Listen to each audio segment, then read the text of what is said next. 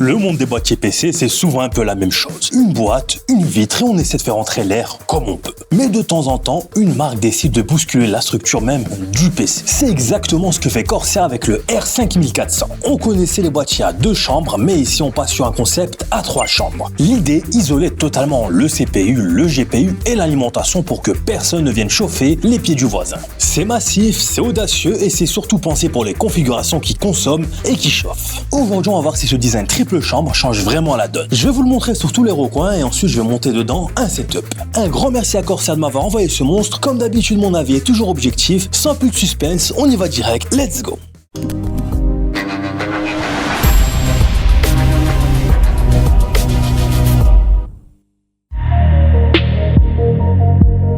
Pourquoi s'embêter avec 3 chambres? Dans un boîtier classique, c'est la foire. La carte graphique recrache son air chaud et remonte directement dans le ventilation ou le water cooling du processeur. Résultat, votre CPU ramasse les restes. Ici, Corsair propose une séparation stricte avec cette R5400. La chambre principale pour la carte mère et le GPU, la deuxième chambre pour l'alimentation, les câbles et le stockage, et la troisième chambre dédiée au water cooling jusqu'à 360 mm. Le but est simple, donner de l'air frais à tout le monde, tout le temps, sans que les composants se polluent entre eux. C'est un boîtier qui s'adresse à ceux qui ne veulent plus choisir entre silence et performance et qui ont de la place sur leur bureau. Parce que oui, avec ses 34 cm de large, le 5400 est un beau bébé. On est clairement sur du haut de gamme pensé pour les passionnés et ceux qui veulent une machine de guerre capable de tout encaisser. Ok les gars, on passe maintenant à l'unboxing. Comme vous l'avez vu au début de la vidéo, il y a déjà le boîtier qui est déjà ouvert et à côté on aura une petite boîte, je vais vous montrer l'intérieur. Hop, je l'ouvre. Là, on va retrouver un système anti-devisserie quick turn. L'avantage, c'est qu'elle se visse en un tour de main. Là, on aura bien évidemment de la documentation. Je vous laisse lire ça de votre côté, ça fait pas de mal. Et là, on aura tout le reste. On va en parler tout à l'heure. Bon, sur le papier, la fiche technique de l'R5400 est impressionnante. Mais vous me connaissez, l'espèce c'est bien, mais la réalité du montage, c'est mieux. C'est là qu'on voit si l'espace est vraiment bien optimisé, si les brosses en nylon sont pratiques et si le système ICU-Link nous fait vraiment gagner autant de temps que promis. Je vais donc monter une configuration complète à l'intérieur pour voir comment l'ergonomie est pensée et si le flux d'air suit réellement une fois le boîtier peuplé.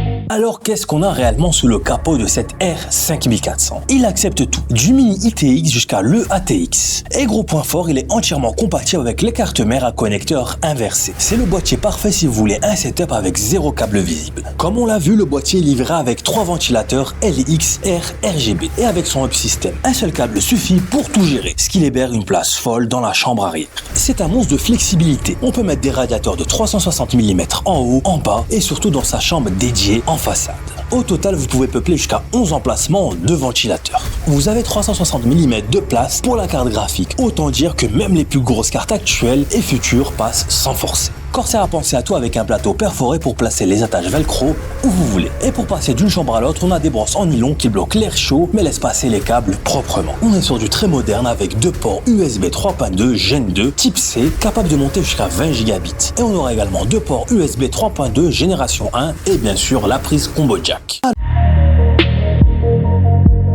Alors ce R5400, c'est quoi le verdict? Corsair ne s'est pas contenté de faire un gros boîtier pour le style, ils ont réellement utilisé la physique pour optimiser le flux d'air et proposer une expérience haut de gamme. Au niveau de ce qui m'a marqué, on a bien évidemment le design triple chambre. Isoler le water cooling du CPU dans sa propre zone est une excellente solution pour garantir des températures stables, peu importe la charge du GPU. On aura bien sûr le look panoramique. Ce verre courbé sans montant est ce qui se fait de plus efficace aujourd'hui pour exposer son matériel sous tous les angles. Et bien évidemment, je ne pouvais pas ne pas parler de l'ergonomie de montage. Entre l'écosystème IC-Link qui limite les câbles au strict minimum et le système Rapidroot 2.0, c'est l'un des builds les plus propres et les plus simples que j'ai pu réaliser. Au final, si vous cherchez un boîtier qui sort de l'ordinaire, prêt pour les futures cartes mères à connecteur inversé et qui refroidit comme un serveur de compétition, l'R5400 est un choix incontournable. À 329,90 €, c'est une machine de guerre sédentaire pour ceux qui veulent le maximum de performance et un design d'exception sans faire de compromis. Voilà, on arrive maintenant à la fin de cette vidéo. N'hésitez pas à me poser toutes vos questions en commentaire, je me ferai un plaisir de vous y répondre. En attendant, n'hésitez pas à liker la vidéo, à vous abonner, à activer la cloche de notification pour ne manquer aucune de mes prochaines vidéos. D'ici là, je vous dis à la prochaine, portez-vous bien, c'était Canet, ciao.